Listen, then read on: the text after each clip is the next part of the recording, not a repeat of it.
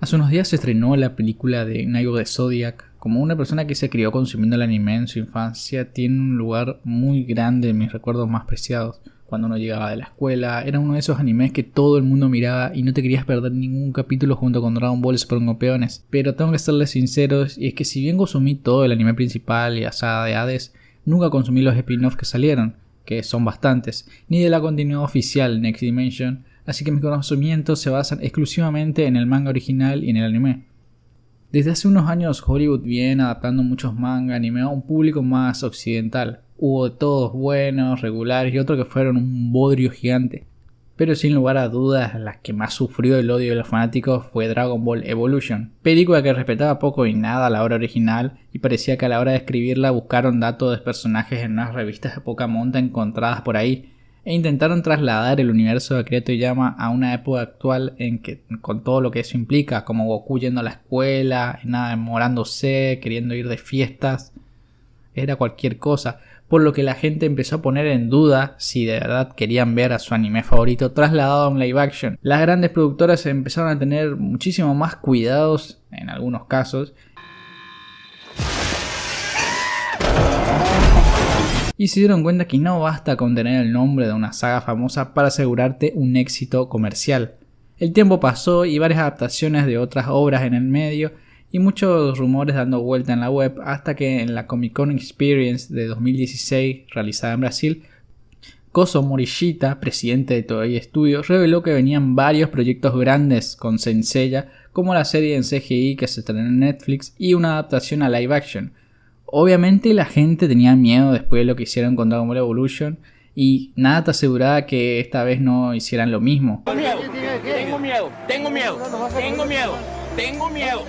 Tengo miedo, señor, tengo miedo. Yo sé y estoy, tengo miedo. No voy a tener confianza. Tengo miedo. Ya en el 2017 Toei dio luz verde al proyecto y se confirmó que la dirección estaría a cargo del director polaco Tomek Baginski. Muy poca información se iba revelando y con la pandemia en 2020 que obviamente complicó todo, en 2021 se confirmó el cast de los protagonistas de la cinta, en donde Xian Bin interpretaría a Alman Kido, la versión occidental de Mitsumasa Kido, padre adoptivo de Saori, que en esta versión se llama Seina, interpretada por Madison Eastman. Famke Janssen interpretaría un personaje original de la película y después tenemos a Diego Tinoco interpretando al súper irreconocido Nero. Y por último tenemos a Makanju, el encargado de dar vida al protagonista de esta historia, Seiya. Todo parecía jugarle en contra, los cambios de nombres, el invento de personajes, lo que parecía la ausencia de otros. Hay que sumarle que la producción iba a ser compartida entre Toei Company y Stage 6 Film Inc., un estudio propiedad de Sonic Pictures encargado de largometrajes de bajo presupuesto. Todo parecía una bomba a punto de estallar y esto dividió las aguas. Por un lado, los fanáticos que ya daban como condenada la película calificándola como la próxima Dragon Ball Evolution, y del otro lado fanáticos que todavía se mantenían positivos y le tenían fe al proyecto. Cambios en los nombres, todavía sirve. Personajes inventados, todavía sirve.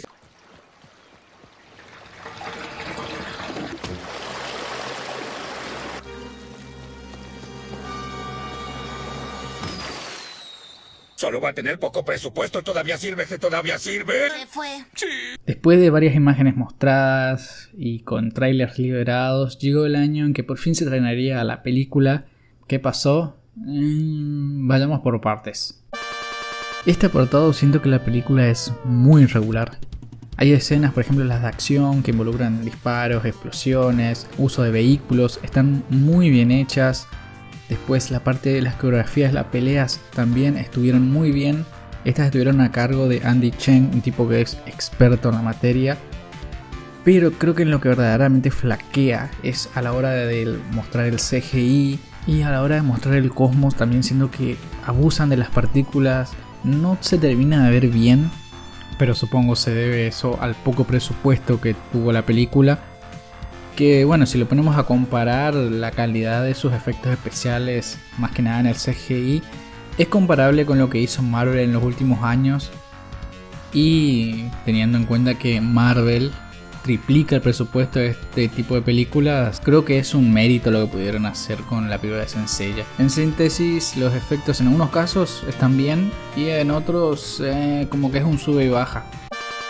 De este apartado se encargó Yoshihiro Ike, un compositor con muchísima experiencia que trabajó en animes como Tiger and Bonnie y Dororo, pero la banda sonora la verdad no destaca para nada. Está lejísimos, y miren que digo lejísimos, del trabajo magistral que realizó, y me pongo de pie, el maestro Seiji Yokoyama, que es el responsable de las tantas composiciones maravillosas del anime clásico, que sabía transmitir toda clase de sentimientos con sus melodías, ira, tristeza, adrenalina. Realmente les puedo decir sin miedo a equivocarme que la serie no sería tan recordada sin ese brutal Oz que la acompañaba. Les recomiendo que un día se pongan a escuchar la banda sonora del primer anime, hayan visto la serie en su infancia o no, les puedo asegurar que las melodías del maestro Seiji Yokoyama son una de las mejores composiciones que existen, no solamente del anime, sino de cualquier obra audiovisual.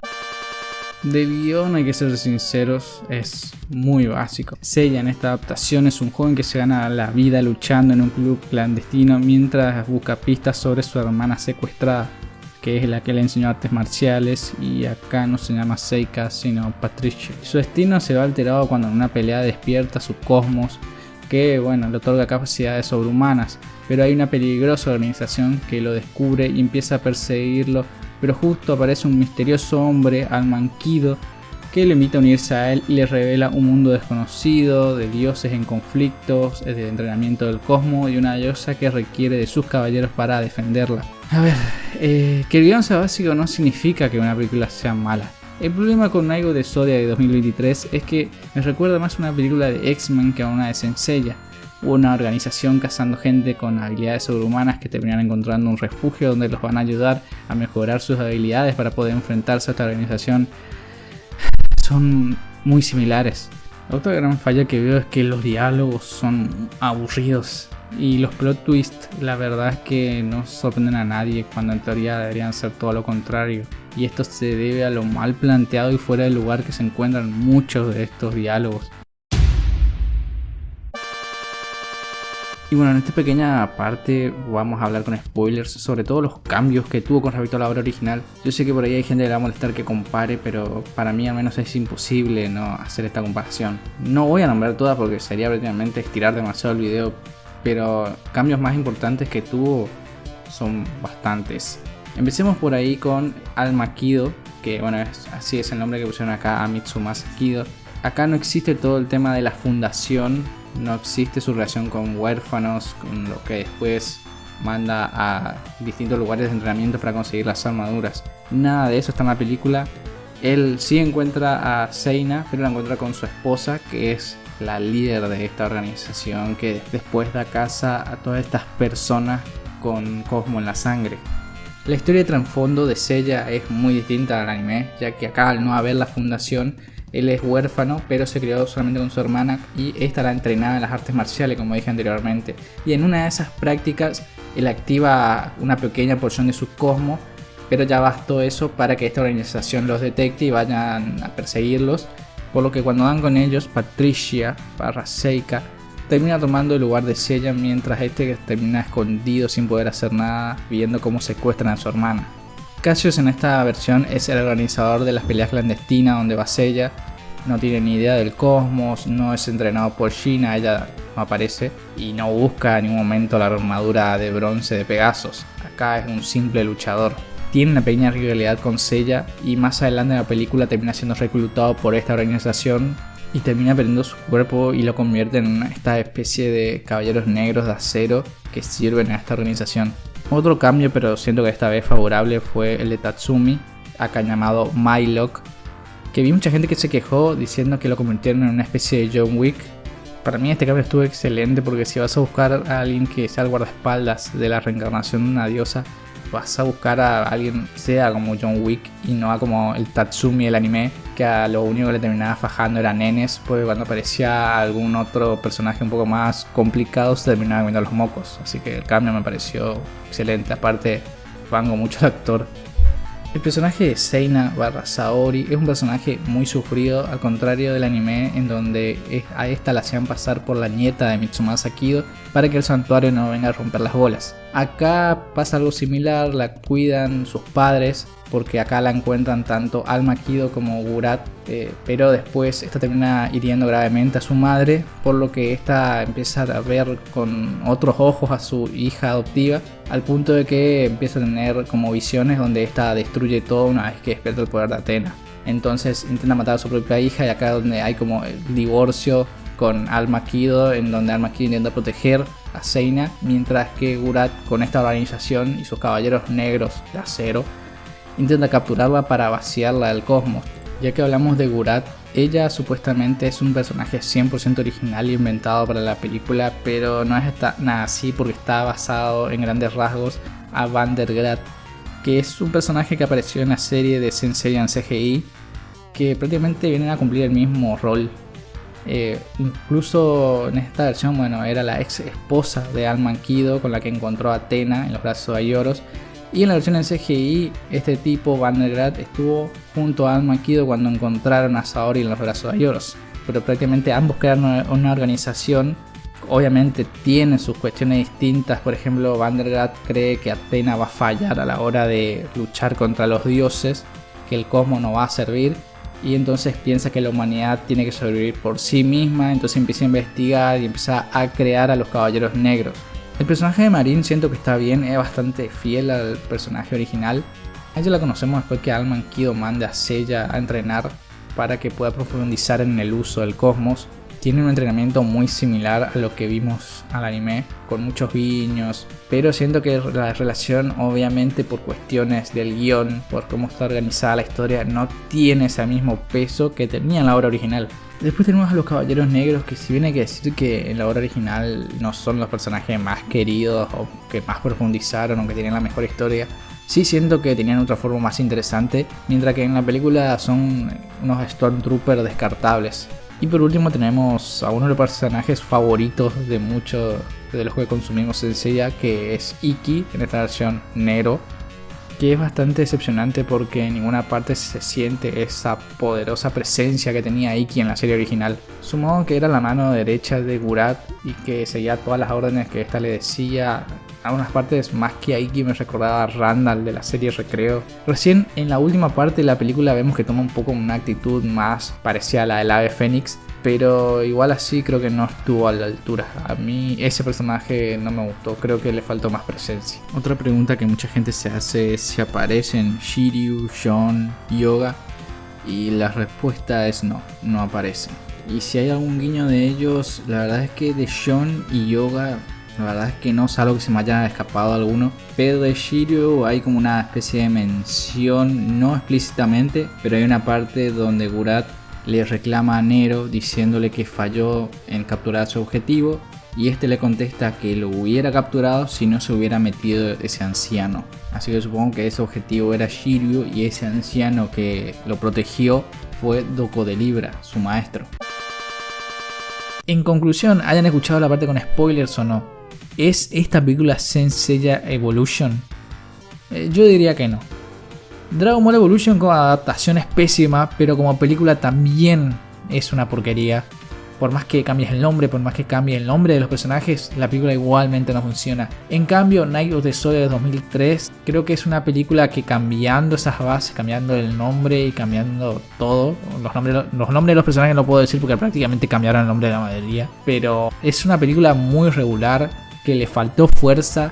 Entiendo que el presupuesto fue demasiado limitado, eran solamente 60 millones, y para que tengan una idea, una película como Ant-Man de Marvel cuesta 200 millones. Entonces entiendo lo de su duración, entiendo el por qué tenga efectos especiales tan regulares, entiendo su limitado cast, pero siento que se pudo haber hecho algo muchísimo mejor. Y creo que algo muy grave es que hayan preferido basarse en la serie en CGI, la que se estrenó en Netflix, que en su obra original o en su anime por lo menos. Y sí, me van a decir, sí, lo que pasa es que la serie en CGI apunta más a un público gringo.